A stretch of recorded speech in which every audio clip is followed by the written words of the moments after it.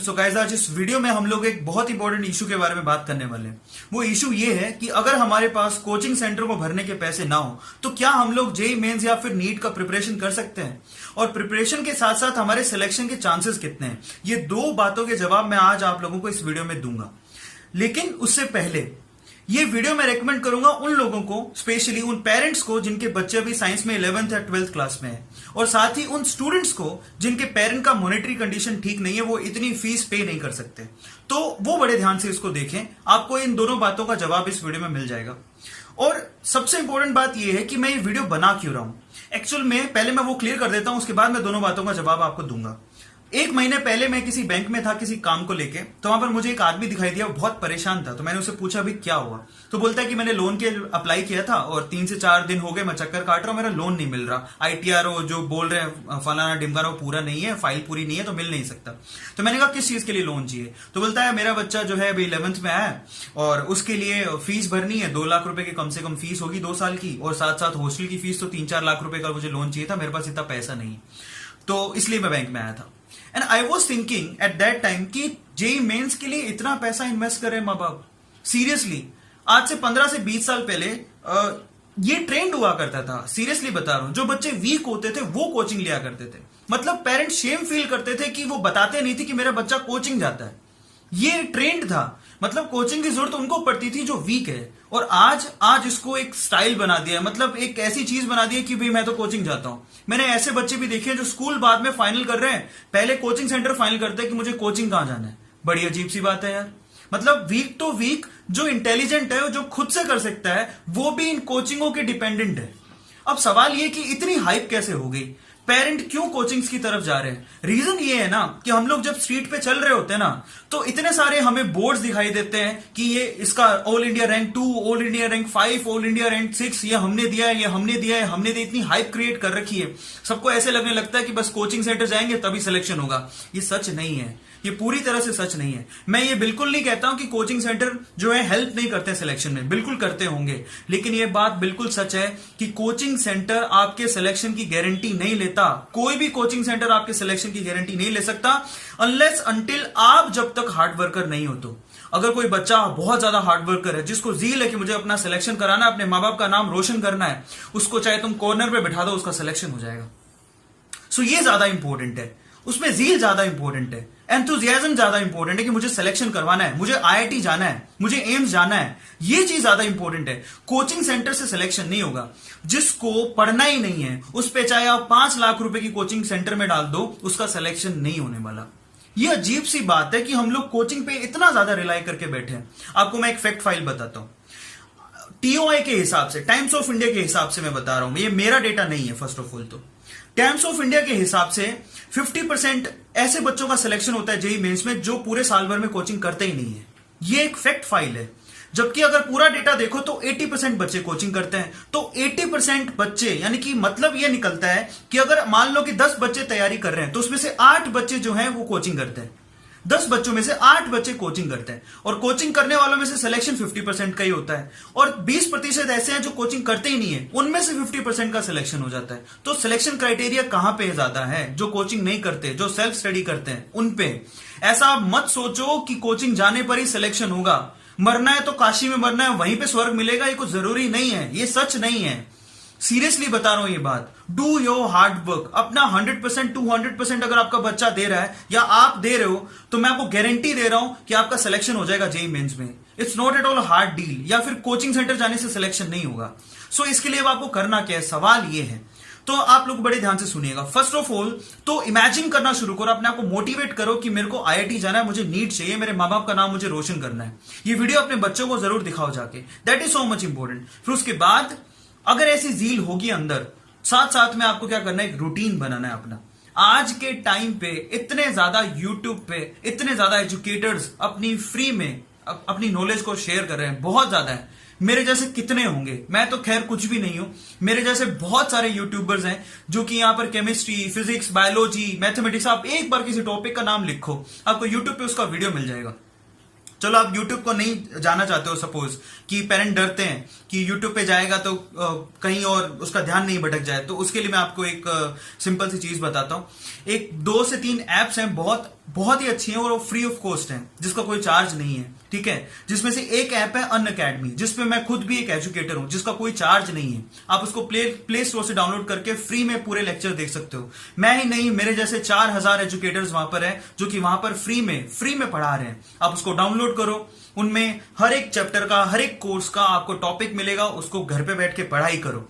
सबसे इंपॉर्टेंट क्या है पता है? सबसे इंपॉर्टेंट है अपने आप को टाइम देना। सेल्फ स्टडी से अच्छा टीचर आपके सिलेक्शन के लिए कोई नहीं हो सकता। आप घर पे बैठो, अपने आप को वक्त दो, that is so much important. 3 घंटे का कम से कम सिटिंग होना चाहिए आपका। अब बड़ी अजीब सी बात है, सुबह बच्चा जाता है 7:30 बजे के करीब स्कूल होता है, वो 2 बजे करीब वापस आता है, उसके बाद 1 घंटा आराम करता है, 3 से 4 बजे कोचिंग शुरू हो जाती है, रात को 8 बजे छोड़ते हैं। तो सेल्फ स्टडी कब करते होंगे? सवाल ये भी है। और जब तक सेल्फ स्टडी नहीं करेंगे तो रिजल्ट कैसे आएगा? इसलिए ज्यादातर बच्चे और कोचिंग सेंटर वाले खुद बोलते हैं बात कि हमारे पास जितने बच्चे हैं उसमें से 10% ही हैं जो कि स्कॉलर हैं, जो कि जिनका सिलेक्शन हो सकता है, क्योंकि उन्होंने देखा है कि उनमें टैलेंट है। बाकी सब बच्चे फीस भरने आते हैं। ये बात खुद कोचिंग सेंटर वाले कहते हैं, ये बात सच है। सो गाइज, हमारे लिए इंपॉर्टेंट ये है कि हम लोग सेल्फ स्टडी पे रिलाई करें, सेल्फ स्टडी पे ध्यान दें। Believe in you, that is so much important. Self study से सिलेक्शन हो सकता है और उससे बेहतर कोई भी कोचिंग सेंटर नहीं है। सबसे पहले अपने घर पे एक अच्छा सा कोना ढूंढो जहां पे आप लोग परेशान ना हो। क्वाइट प्लेस होना चाहिए, टेबल ले लो, बैठ जाओ, अपना एक शेड्यूलिंग बनाओ। आपको आपके 3 सब्जेक्ट होते हैं जो कि आपको इन एग्जाम्स में मिलेंगे, that is chemistry, physics, both common for medical and non medical, और उसके साथ बायो एंड मैथ्स, वो अलग अलग होता है।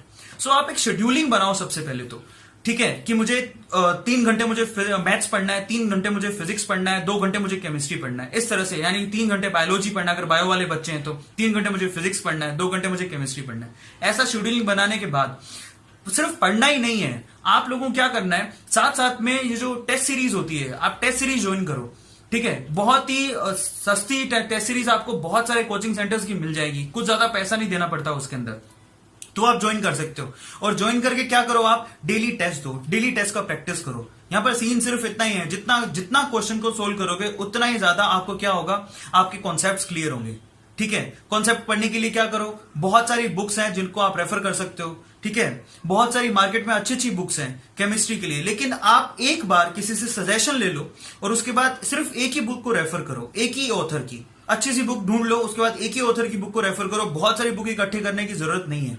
सो केमिस्ट्री की एक बुक ले लो किसी ऑथर की, फिजिक्स की किसी एक ऑथर की बुक ले लो, मैथ्स की ले लो, बायो की ले लो, अगर आप बायो के हो तो बायो की लो, मैथ के हो तो मैथ की ले लो, और उसके बाद उसी से थ्योरी को रेफर करो। साथ ही साथ आप यूट्यूब पे या फिर अनअकैडमी जैसे प्लेटफॉर्म पे आपको कोई टॉपिक समझ में नहीं आता तो तुरंत उसको देख लो।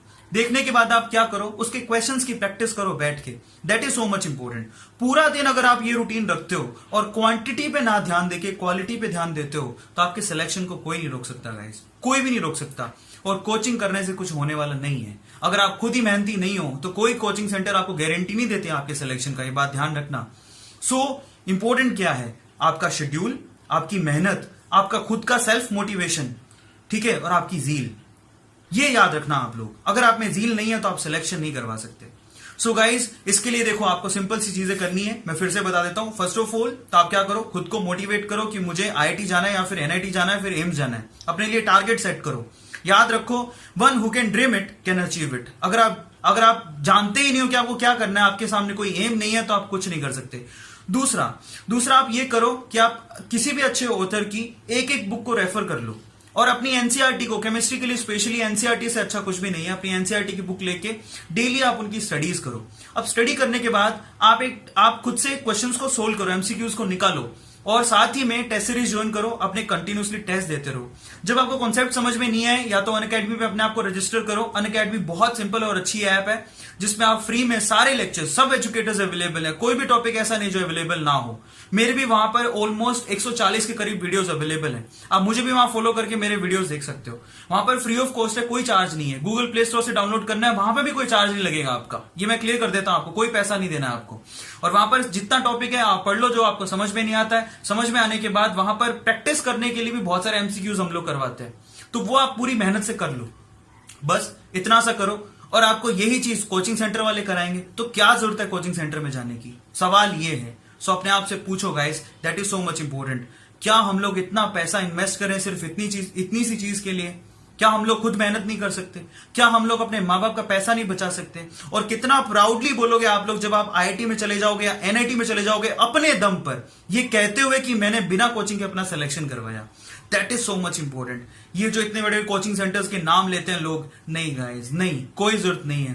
और ये प्रोपेगेंडा सिर्फ एडवर्टीजमेंट की वजह से है। मैं आपको क्लियर कर देता हूं कि यहां पर बहुत सारे ऐसे बच्चे हैं जो कि बिना कोचिंग के अपना सिलेक्शन करवाए हुए हैं। बहुतों को तो मैं पर्सनली जानता हूं, लेकिन मैं चाहता हूं इस वीडियो में जो ये वीडियोस देख रहे हैं, आप हैशटैग करके ये लिखिए कि मैंने बिना कोचिंग के अपना सिलेक्शन कराया, मेरा नाम ये है। आप प्लीज इंट्रोड्यूस करो मेरे चैनल पे ऐसे बच्चों को जिनका बिना कोचिंग के सिलेक्शन हुआ है। मैं चाहता हूं वो बच्चे सामने आए और बताएं अपना एक्सपीरियंस। यहां पर नीचे आप लिख दीजिए अगर आपका सिलेक्शन, आप में से कोई भी ऐसा है जिसका सिलेक्शन बिना कोचिंग के हुआ है, तो आप कमेंट सेक्शन में जाके लिखिए कि मेरा सिलेक्शन बिना कोचिंग के हुआ है, मैं इस तरह से सिलेक्ट हुआ। और आप ये सारी चीजें बाकी स्टूडेंट से शेयर करके उनकी भी जिंदगी बना सकते हैं गाइस। ये जरूरी है, प्रमोट करो, क्योंकि इन लोगों को प्रमोट करने के लिए कोई है ही नहीं, क्योंकि उन्होंने तो कोई कोचिंग सेंटर ज्वाइन ही नहीं किया। सो फाइनली जिन्होंने ज्वाइन नहीं किया उनको प्रमोट करने का ये प्लेटफॉर्म है। आप जाओ, वीडियो के नीचे लिखो हैशटैग मेरा सिलेक्शन बिना कोचिंग के हुआ, किस तरह से हुआ, अपना एक्सपीरियंस बाकी बच्चों के साथ शेयर करो ताकि उनकी भी जिंदगी बन सके guys. So guys, stay tune with me. Thank you so much. मेरे से जितना हो पड़ेगा मैं कर ही रहा हूं आप लोगों के लिए। So thank you so much guys, stay tune. अगर कोई क्वेश्चन हो तो आप यहां पर कमेंट सेक्शन में लिख सकते हो। Thank you so much guys, thanks a lot.